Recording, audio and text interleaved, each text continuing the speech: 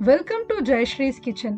இன்னைக்கு நம்ம பார்க்க போற ரெசிபி ஒரு இன்ட்ரெஸ்டிங்கான சுண்டல் பொடியோட எடமாமே சுண்டல் எப்படி பண்றதுன்னு பார்க்கலாம். இந்த சுண்டல் பொடி பண்றதுக்கு முதல்ல ஒரு டீஸ்பூன் எண்ணெயை கடாயில சேர்த்துக்கிறோம். இதுல 10 மோர் மிளகா நம்ம சேர்த்துக்கிறோம். யூஸ்வலா நம்ம ரெட் சில்லி போட்டுப்போம். மோர் மிளகா வச்சு சுண்டல் பொடி ரொம்ப வாசனையா சூப்பரா இருந்தது.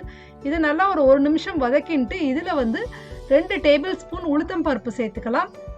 இந்த உளுத்தம் பருப்பு நல்லா கோல்டன் ப்ரௌன் ஆற வரையிலும் மிதமான தீயில வச்சு இதை வறுத்து எடுத்துக்க போறோம். நம்ம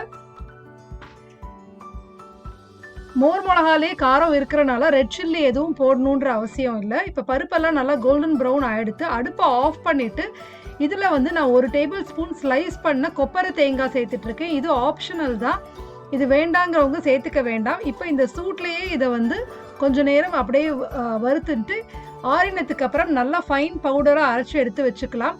இது நீங்கள் சூடான சாதத்தோட கூட பிசைஞ்சு சாப்பிடலாம். இப்போ ஒரு கடாயில் 3 டீஸ்பூன் தேங்காய் எண்ணெய் சேர்த்துட்டு 1/2 டீஸ்பூன் கடுகு சேர்த்துக்கலாம். அப்புறம் கொஞ்சமாக பெருங்காயம் சேர்த்துக்கிறோம். அதோட கொஞ்சம் கருவேப்பிலை இதெல்லாம் சேர்த்துட்டு கடுகு நல்லா வெடிச்சதுக்கு அப்புறமா நான் இன்னைக்கு எடமாமையவே குக் பண்ணி வச்சுட்ருக்கேன். நீங்கள் உங்களுக்கு என்ன வகையான சுண்டல் வேணுமோ அதை எது வேணாலும் இதில் சேர்த்துக்கலாம். இப்போ இதை 1 கப்பு நான் போட்டுட்ருக்கேன். இதுக்கு 3லேருந்து 4 டீஸ்பூன் இந்த மோர் மிளகா சுண்டல் பொடி சேர்த்துட்ருக்கேன். இதுக்கு உப்பு எதுவும் போடணும்னு தேவையில்லை, ஏன்னா யூஸ்வலாக மோர் மிளகாலேயே நல்லாவே உப்பு இருக்கும். நீங்கள் பார்த்துட்டு வேணும்னா போட்டுக்கலாம். இதெல்லாத்தையும் போட்டு நல்லா மிக்ஸ் பண்ணிட்டோன்னா சுண்டல் நம்மளுக்கு ரெடி ஆகிடுது. நான் இதில் கொப்பரை ஆல்ரெடி சேர்த்தனால தேங்காய் எதுவும் சேர்த்துக்கல. நீங்கள் கொப்பரை போடாட்டினா நீங்கள் இதில் தேங்காய் கடைசியாக சேர்த்துக்கலாம். இந்த ரெசிபியோட டீட்டெயில்டு டெக்ஸ்ட் டிஸ்கிரிப்ஷன் பாக்ஸில் கொடுக்குறேன், பாருங்கள். தேங்க்யூ ஸோ மச் ஃபார் வாட்சிங் திஸ் வீடியோ.